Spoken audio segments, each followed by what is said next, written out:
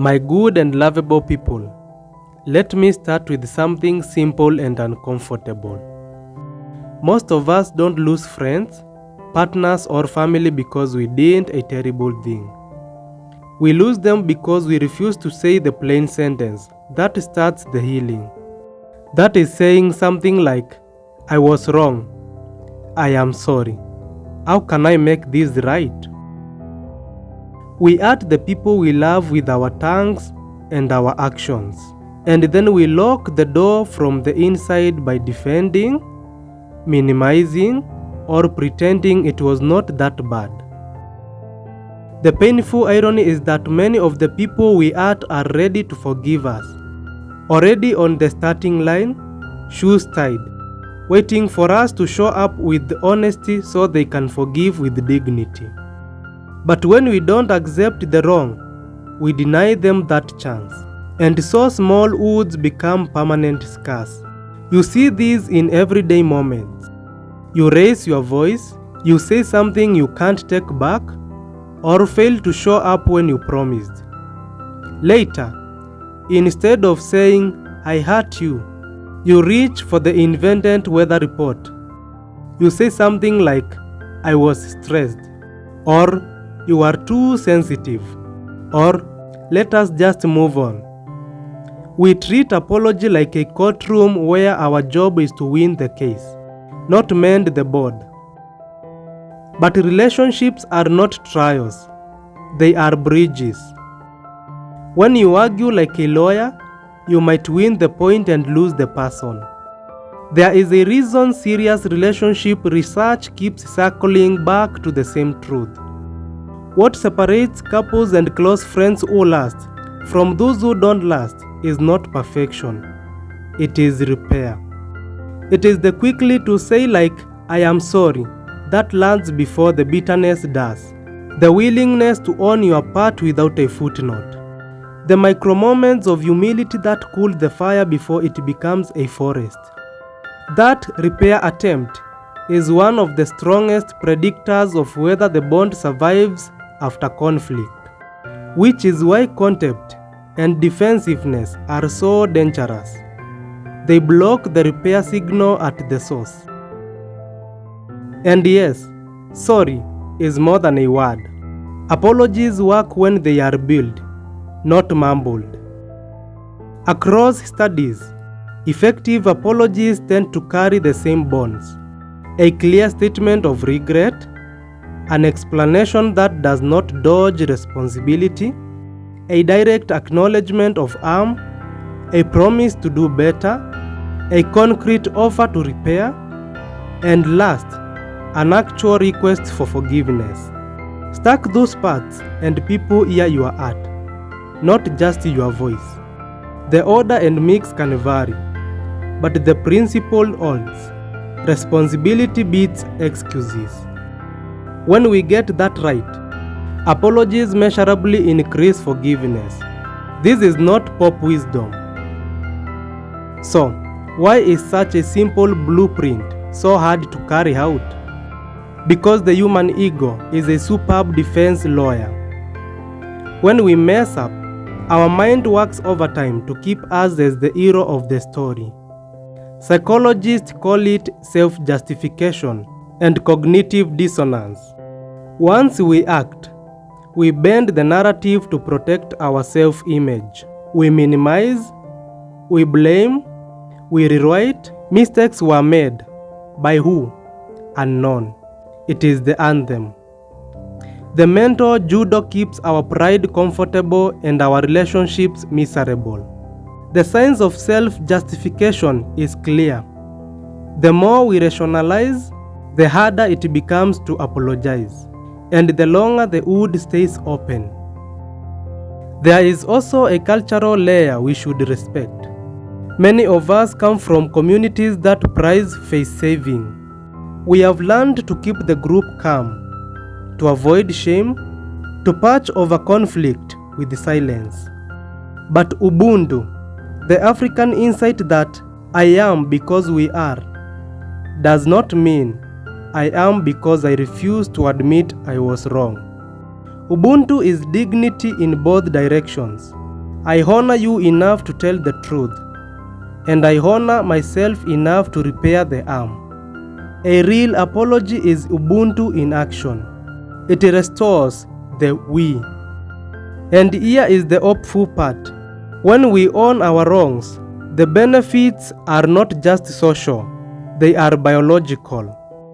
Forgiveness, offered and received, has been tied to lower stress, better sleep, reductions in anxiety and depression, and even improvements in blood pressure and heart rate. Think about that. A sincere nisamehe or forgive me, followed by a changed behavior, can literally calm a body down. Forgiveness is not magic, but it is medicine, and the research keeps piling up on its health effects. That is good news for both sides of the apology. Because repairing a relationship does not make the house more quiet, but it makes the heart as well quiet. If you have ever tried to forgive without an apology, you know how heavy that lift is. People can and do forgive unilaterally, sometimes for their own peace, but it is harder. And it often takes time, especially when the offender is still defending, still explaining, still acting like you imagined your own pain. That is why good apology signs stresses responsibility and an offer to repair. Those two ingredients shorten the distance between injury and repair, because they tell the injured person, you are not crazy. I see what I did. I am here to fix it. So, what does it sound like in real life? In language that does not belong to a textbook. It sounds like this. I said something hurtful. I own that. I can hear how it landed. I am sorry. I have removed the post. I have called the person I gossiped to. And I am setting a rule for myself. If there is anything else I can do to make this right, tell me. You don't owe me quick forgiveness, but I hope we can get there. Now, notice the rhythm. Ownership first, then empathy, then repair, and then patience. No, but the word "but" is the eraser of apologies. Replace it with a period. If you are on the other side, if you are the one hurt, your power matters too. You are allowed to ask for what you need, to even consider forgiving. That is clarity about what happened, a plan to prevent repeats, and time for your nervous system to settle. Forgiveness is not amnesia. It is choosing not to let one chapter control the whole book. Methods that teach forgiveness, like Worthington Rich model, exist because letting go is a skill. You recall the hurt, try to see the offender with human eyes, offer an unearned gift, commit that choice, and then hold on when the old anger knocks again. These are not soft moves, they are strong ones, and they are teachable. Let us also be honest about timing and tone. In close relationships, the window for graceful repair is often short. Wait too long and the story hardens. Apologize too quickly and it looks like you are just trying to reset the vibe without understanding the harm. The sweet spot is soon with substance. Relationship research even finds that healthy pairs maintain a strong ratio of positive to negative interactions. That is, they don't avoid conflict, they outnumber it, which means every sincere apology, every small turning toward, helps restore that balance after a miss. None of these means accept anything or stay anywhere unsafe. Boundaries are part of repair. In fact, apologies become meaningful precisely because there are lines. I am sorry without changed behavior is just public relations. I am sorry with changed behavior is a new policy. And sometimes the kindest apology you can offer is distance. I did harm here, and I am stepping back so you can heal. Forgiveness does not always require reconciliation. Sometimes it requires a healthy goodbye. Your healing is not obligated to return to the scene of the crime. But most of the time, we are not dealing with crimes. We are dealing with clumsy humans who got reactive, got careless, or got proud, and then got stuck. If that is you today, here is a small script to unstick your life. Say the sentence you have avoided. No ornaments, no legalese. I was wrong. Then add 2 practical threads. Here is how I hurt you. And here is what I am changing so it does not happen again. If money was involved, talk repayment. If trust was broken, talk transparency. If you lied, talk truth and invite verification. Don't negotiate the other person's feelings. Don't ask for instant absolution. Give them the space you stole when you hurt them. And if you are the one holding the pain, consider the gift of release, not because the other person deserves it, but because you deserve less weight. The data is not shy about this. Forgiveness lightens the load you carry in your body.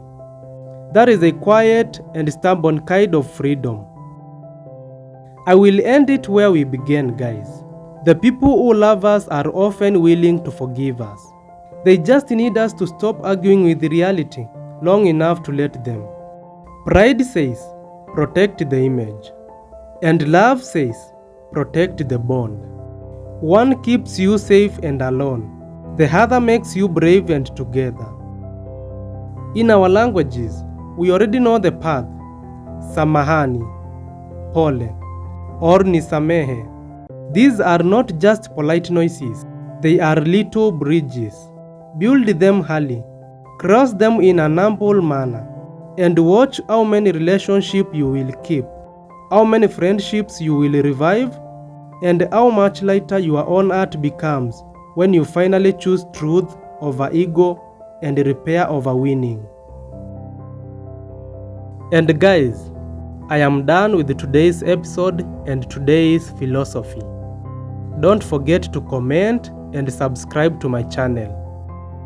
Commenting is the most important because I want to know, is my philosophy being impactful to you guys?